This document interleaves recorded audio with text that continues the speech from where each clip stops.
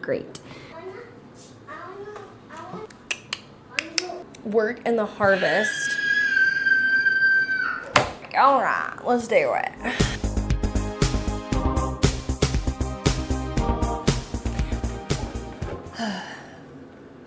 Hello, I'm Lauren. This is my home on Meadow. This has been officially our first month of homeschooling, and I was just gonna let y'all know kind of what's working, what's not working, what we've adjusted, and then maybe show y'all the curriculum we're using and my thoughts on it. So we did not have the easiest transition into schooling. I thought because Indiana loved learning, I was gonna say, children, please come to the table, and the birds were gonna, whistle outside the window, and my kids were gonna come skipping in pinafores and do their work diligently. I don't know what drugs I was on to think that that was gonna happen. And it's like ridiculous because I'm sitting here being like, I'm gonna homeschool my kid because he has a lot of wiggles, but not for me.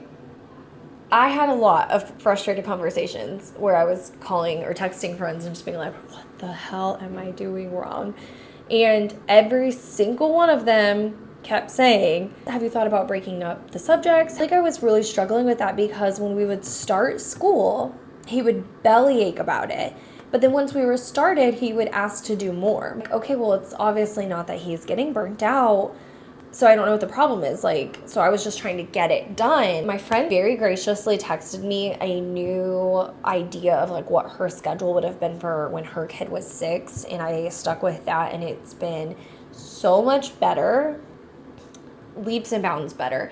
So first we do 15 minutes of all about reading. One picture book ties into the craft or activity that we're gonna do. I would read Mrs. Maple's Seeds or Miss Rumpus or something, and then we would do a seed mosaic. He doesn't really like doing the narration back to me, so we're trying to figure that out. What's good about all of these is I'm trying to cut them off even if you haven't wrapped up the project within a certain amount of time. And I think that has also been helpful. After the craft, and then it's movement break time, and that helps me zip up after breakfast, just kind of put some things away, maybe change the laundry out or start a little laundry or whatever, quick little things. And then they come back in, we do math for Indy and copy work, and then Evie does writing her name and letter lesson from the preschool, I think is what it's called. I'll show you, but I think that's what it's called. We will do the loop subject, which honestly I haven't been doing the loop subject because I'm really just focusing on the core stuff. Right now it's reading, writing, and arithmetic. So that's basically the core that I'm working on for him. And then we do lunch and then rest time. And then after that it's tea time, which tea time has been so lovely. It's been my favorite.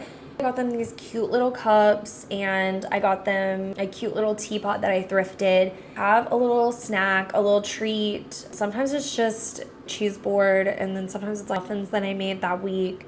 And I read to them. I was focusing on doing chapter books because he wasn't feeling super motivated to read chapter books, because now that we stopped doing a morning circle time where it was reading for 20 minutes, picture books, I'm going to change this to being that, and I'm going to let them choose the books and have them be picture books, and we'll transition out of them whenever we transition out.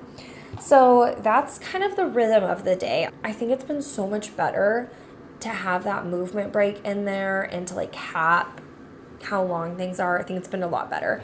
I was just going to show y'all what we're doing for curriculum right now. I was given so much curriculum. All of my friends' kids were older, and they basically were like, hey, I'm done with this. Take it and see what you like, what you don't like, which was so awesome. And it also gave me squirrel brain, which was really overwhelming. I could not commit to anything. So I had to kind of just dial it back again and say reading, writing, arithmetic. We're almost done, actually. It's only been a month, but Indy was last year kind of doing some stuff, so we skipped some of the lessons and kind of started a little bit more halfway through them. And so he'll be done with all about reading probably this next week, and I think he's going to be done with the Good and the Beautiful math in January, and I plan to change his math, which we can talk about later. But okay,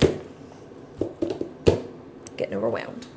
Okay, so for his reading, we've been doing all about reading. This is my little basket.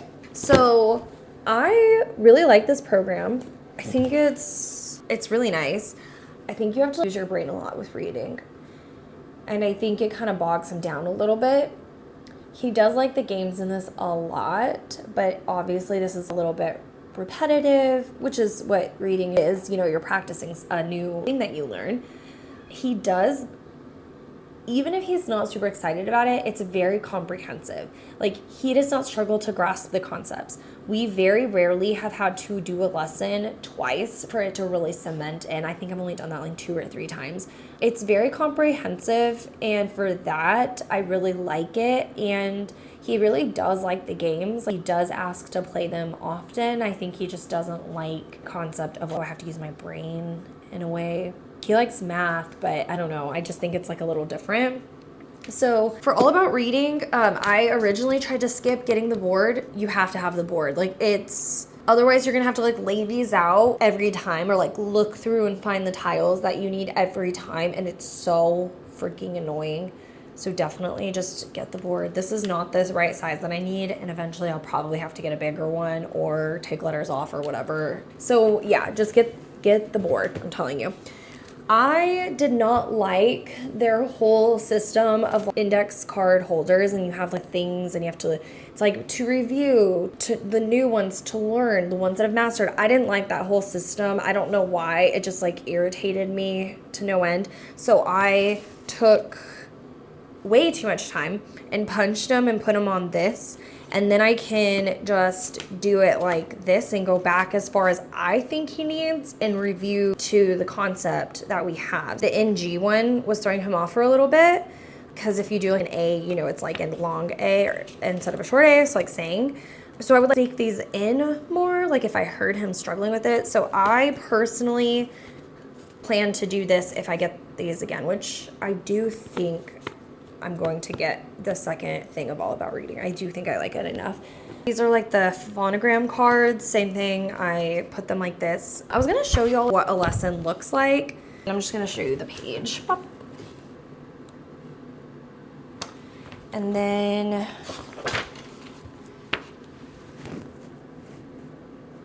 what it looks like. It's not super long, honestly, which is great. And then you have the game, which I got this used. Let me tell you, this is the way to go. I got this used and everything was laminated for me, so I can save it for Evie, and it's all, she laminated all of it already, and has it all prepped, because I will say that is like the one thing I do not love about this, is there's a lot to cut and prep, and I'm not about. They've been doing these a lot, so you get something and then you make the sound, and he has to put an item on the sound, which this is perfect for a 6-year-old boy. So for this one, this game, you put all of these little cards on the table, and you're gonna match the sports equipment with the ball. Soccer ball and a net would be one, and then this is a single fox, and then this is the plural foxes. Very easy, but it makes it a little bit more fun. Right now he's kind of just whining about getting reading done. So we're just taking a break after we finish this, and he's just gonna read for 20 minutes, like whatever he wants. This morning he read Mo Williams to his sister, and they were like laughing hysterically. And I just want him to love reading, and I think that is what we're struggling with right now, because reading has become almost, it's not for like pleasure, it's just for school work. So anyway, okay, for math right now, we're doing The Good and the Beautiful. I don't have any problems with this. It was free. I printed it and bound it myself. So the cost of materials plus the binding, which is super affordable. And I will say, the curriculum is beautiful. Sometimes they'll do little roads, and he gets to like drive his car up along it, which is really nice. But the thing that I heard was this mathematician, she was saying that she does not recommend The Good and the Beautiful. So we're gonna try Beast Academy next, which she did recommend, and I had already been eyeing it because I saw it through other things. So we're gonna try Beast Academy after this. We have this amount left. So I'm thinking around Christmas time. He does need more foundation because Beast Academy is a little bit advanced, and this is still kindergarten math, so I don't think he's ready for it yet. Okay. Copy work, we just do literally he fills in his own. It's not an official curriculum or anything. I just write it and he copies over it. And then sometimes I put a dash where he needs to fill in the missing letter, and that's it. I was given Blossom and Root. So I have their science, that's still science, and this is the language arts. And I was also given Torchlight. I don't know how I feel about any of these. I really like Blossom and Root science. It is very comprehensive. It's very hands-on. It's got a lot of options, which I like because you can pick and choose. I'll show you what I'm talking about. So for this, they give you for the outdoor learners, for the table crowd, and then it's for the arts and crafts family. So they have different types of activities you can do, which I love that. So they tend to do at co-op the tabletop part, and then I kind of just will throw in an extra book, or a lot of times it's been a show, and that's kind of how we do science. And I really like that he's covering that in co-op, so that it's my first year I'm not having to add that in. I think that's really nice.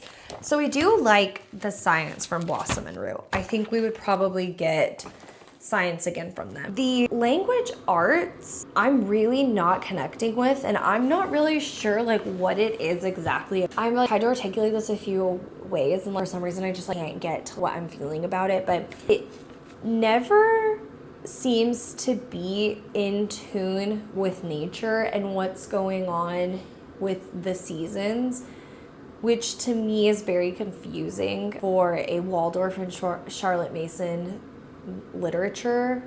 That doesn't make sense to me, that you wouldn't be in theme with nature and what's going on. If the leaves are changing, why wouldn't you have a leaf craft? Like I just don't understand that.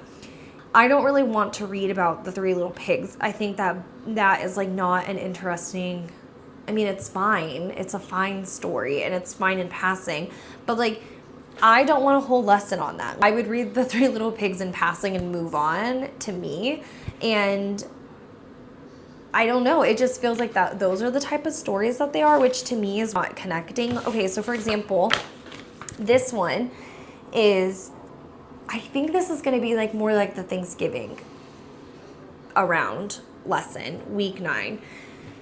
Work and harvest, right? The project is, if you read tops and bottoms, make a tops, bottoms, and middles collage. Divide a large sheet of paper into 3 sections and label them tops, bottoms, middles. Cut out many different crops from the garden and help your child organize them by the part of the plant we eat. I just would rather not do that. That to me is like not an interesting craft. I don't resonate with that craft at all. I was having chat make our curriculum for a while, which I might go back to, because I really struggle with like the disjointedness of all of this. This to me feels really like, it doesn't feel like it flows, and I don't like that.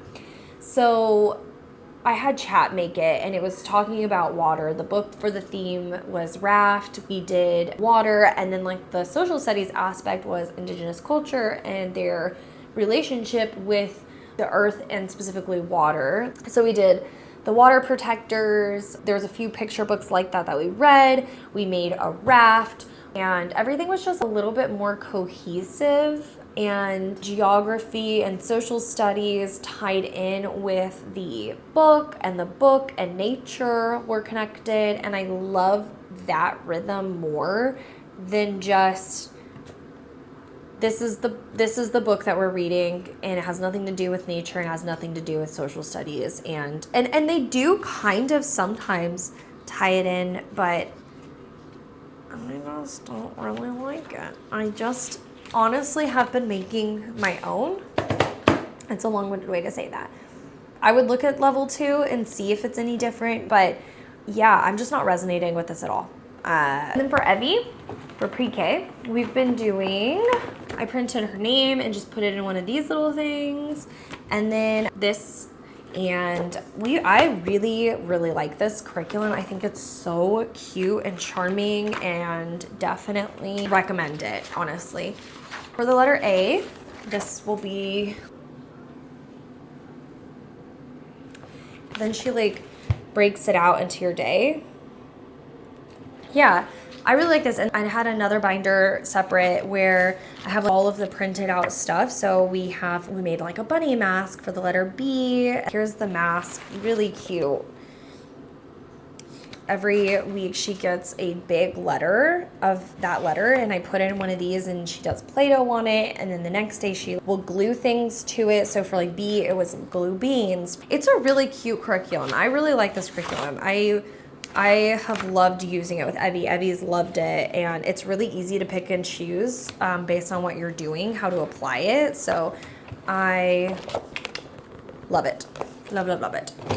That is everything. Thanks for coming to my TED Talk. Bye.